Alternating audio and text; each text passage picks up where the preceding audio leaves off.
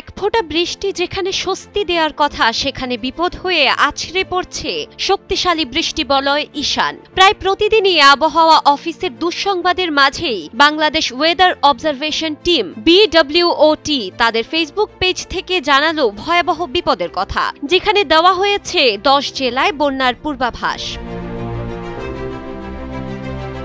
টানা ভারী বৃষ্টিপাতের ফলে দেশের অধিকাংশ নদীর পানি বৃদ্ধি পাচ্ছে এবং আগামী 24 ঘন্টার মধ্যে কিছু নদীর পানি বিপদসীমা অতিক্রম করতে পারে বলে জানিয়েছে BWOT। এর ফলে 10টি জেলার নিম্নাঞ্চলে সৃষ্টি হতে পারে বন্যা। সোমবার বন্যার পূর্বাভাস ও সতর্কীকরণ কেন্দ্র এই তথ্য নিশ্চিত করে। গত 24 ঘন্টায় ঢাকা ও রংপুর বিভাগে মাঝারি থেকে ভারী এবং সিলেট ও ময়মনসিংহ বিভাগে ভারী থেকে অতি ভারী বৃষ্টিপাত রেকর্ড করা হয়েছে। ভারতের মেঘালয় ও অরুণাচল প্রদেশেও ভারী বৃষ্টিপাত হচ্ছে, যা আরও বাড়িয়ে দিতে পারে বাংলাদেশের নদীগুলোর পানির স্তর। এছাড়া রাজশাহী ও রংপুর বিভাগে আগামী 2 দিন এবং সিলেট ও ময়মনসিংহে আগামী 3 দিন ভারী বৃষ্টিপাতের সম্ভাবনা রয়েছে।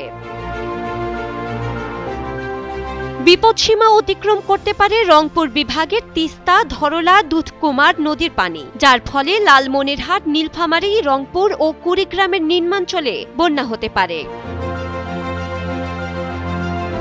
সিলেট ও ময়মনসিংহ বিভাগের সারিপোয়াইন, সোমেশ্বরী, জিঞ্জিরাম, ভুলাই ও কংস নদীর পানি সতর্ক সীমায় উঠতে পারে, যা সিলেট, সুনামগঞ্জ, শেরপুর, নেত্রকোনা ও ময়মনসিংহ জেলায় প্লাবন ডেকে আনতে পারে। চট্টগ্রাম বিভাগের ফেনী, মুহুরী ও সোলোনিয়া নদীর পানি বৃদ্ধি পাচ্ছে, তবে কমেছে গোমতী নদীর পানি। এটি চলতি বছরের 10ম এবং মৌসুমী 6ষ্ঠ বৃষ্টিবলয়, যা রাজশাহী, রংপুর ও ময়মনসিংহ দিয়ে প্রবেশ করে 9 আগস্ট রংপুর দিয়ে দেশ ত্যাগ করতে পারে। ঈশানের সবচেয়ে বেশি প্রভাব পড়বে রংপুর, ময়মনসিংহ ও সিলেট বিভাগে। ঝুঁকিপূর্ণ বিষয় হলো সাধারণের চেয়ে বজ্রপাত অপেক্ষাকৃত বেশি হতে পারে। রয়েছে চট্টগ্রাম ও সিলেট এলাকায় পাহাড় ধসের ঝুঁকি। এছাড়া আছে বৃষ্টিসহ দমকা বাতাসের সম্ভাবনা। আবহাওয়ার পূর্বাভাস অনুযায়ী উত্তর ও মধ্যাঞ্চলে আবহাওয়া থাকবে স্বাভাবিক, তবে বৃষ্টি বিরতিতে কিছু এলাকায় ভ্যাপসা গরম অনুভূত হতে পারে।